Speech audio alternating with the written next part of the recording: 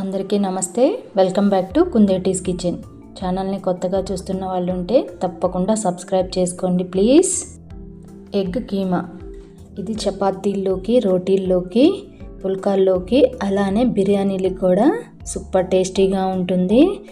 ఒక్కసారి మీరు కూడా ట్రై చేయండి తప్పకుండా. నెక్స్ట్ ప్రాసెస్లోకి వెళ్ళిపోదాం. ఇక్కడ 4 eggs అనేవి తీసుకొని అవి మునిగేంత వరకు వాటర్ని యాడ్ చేసుకోవాలి. వాటర్ని యాడ్ చేసుకొని స్టవ్ మీద పెట్టుకొని బాయిల్ అయ్యేంత వరకు వీటిని ఉడికించుకొని స్టవ్ ఆపేసుకొని మూత పెట్టేసి దీన్ని పక్కన పెట్టేసుకుందాం. నెక్స్ట్ 2 tomatoes అలానే 2 మిర్చీస్ని తీసుకొని చిన్న పీసెస్గా కట్ చేసుకోవాలి. 1 onion కూడా కట్ చేసుకొని వీటిని పక్కన పెట్టేసుకుందాం. నెక్స్ట్ స్టవ్ ఆన్ చేసి ప్యాన్ పెట్టుకొని 3 spoons వరకు ఆయిల్ని యాడ్ చేసుకోవాలి.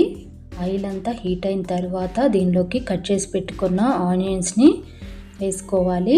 అలానే పచ్చిమిర్చిని కూడా యాడ్ చేసుకొని వీటిని మంచిగా ఫ్రై చేసుకోవాలి.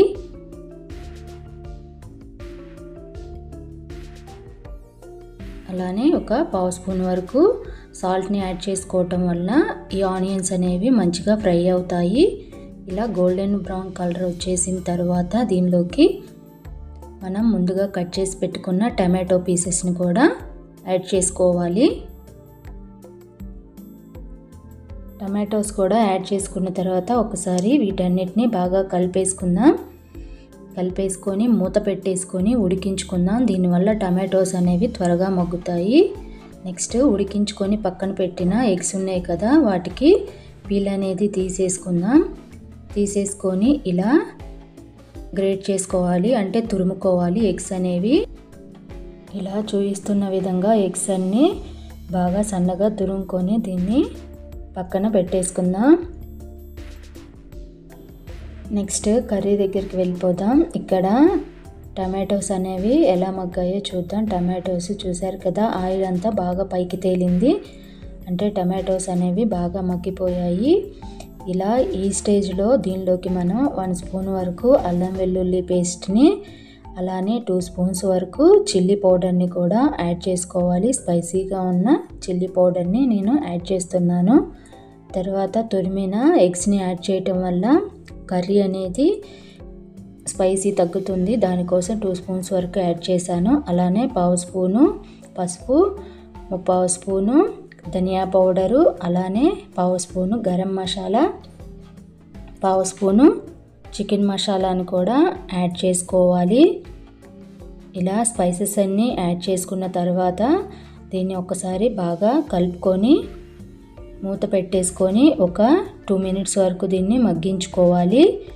ఇలా చూసారు కదా, మూత తీసి చూస్తే ఆయిల్ అంతా పైకి తేలింది.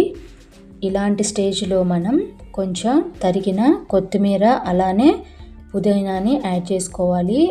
దీనివల్ల టేస్ట్ అనేది సూపర్గా ఉంటుంది, ఫ్లేవర్ అనేది కూడా మారిపోతుంది కర్రీకి.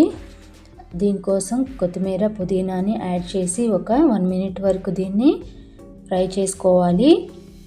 దాని తర్వాత 1 glass వరకు వాటర్ని యాడ్ చేసుకోవాలి. ఇక్కడ కన్సిస్టెన్సీ అనేది పలుచగా కావాలి అనుకున్నప్పుడు 1.5 glass వరకు వాటర్ని యాడ్ చేసుకోవచ్చు. కొంచెం థిక్గా ఉండాలి అనుకున్నప్పుడు 1 glass వాటర్ని యాడ్ చేసుకుంటే సరిపోతుంది. అలానే ఉప్పు టేస్ట్ చూసుకొని సరిపోకపోతే ఒక 1/2 spoon వరకు నేను యాడ్ చేశాను. ఇప్పుడు మూత పెట్టేసుకొని ఈ వాటర్ అంతా బాగా బాయిల్ అయ్యేంత వరకు వీటిని ఉడికించుకోవాలి. చూసారు కదా, వాటర్ అనేవి బాగా బాయిల్ అయిపోయాయి. ఇప్పుడు మంటని సిమ్లో పెట్టేసుకొని ముందుగా మనం గ్రేట్ చేసి పెట్టుకున్న తురిమి పెట్టుకున్న ఎగ్స్ అన్నిటిని దీనిలోకి యాడ్ చేసుకోవాలి. ఇలా తురిమిన ఎగ్నంతా యాడ్ చేసుకున్న తర్వాత దీన్ని బాగా మిక్స్ చేసుకోవాలి. కర్రీలో అంతా కలిసిపోయే విధంగా మిక్స్ చేసుకున్న తర్వాత మూత పెట్టేసి ఒక 2 minutes వరకు కుక్ చేసుకోవాలి. దాని తర్వాత దీనిలో ఆయిల్ అంతా ఇలా పైకి తేలుతుంది, అంటే మన కర్రీ రెడీ అయిపోయినట్లే. ఈ స్టేజ్లో మనం దీనిలోకి 1 spoon వరకు బటర్ని యాడ్ చేసుకోవటం వల్ల కూర అనేది మంచి టేస్ట్ని ఇస్తుంది. అంతే, ఎంతో టేస్టీగా ఉండే ఎగ్ కీమా కర్రీ రెడీ అయిపోయింది. మీరు కూడా తప్పకుండా ట్రై చేయండి. అలానే రోటీలోకి పుల్కాల్లోకి సూపర్ టేస్టీగా ఉంటుంది. ప్రిపేర్ చేసుకొని ఎలా వచ్చిందనేది నాకు కామెంట్స్లో తప్పకుండా తెలియచేయండి. ఛానల్ని కొత్తగా చూస్తున్న వాళ్ళు ఉంటే కుందేటీస్ కిచెన్ ఛానల్ని లైక్ చేయండి, షేర్ చేయండి, సబ్స్క్రైబ్ చేసుకోవటం అస్సలు మర్చిపోవద్దు. అలానే నేను అప్లోడ్ చేసే ప్రతి వీడియో మీ వరకు రావాలంటే పక్కనే ఉన్న గంట సింబల్ని తప్పకుండా క్లిక్ చేయండి.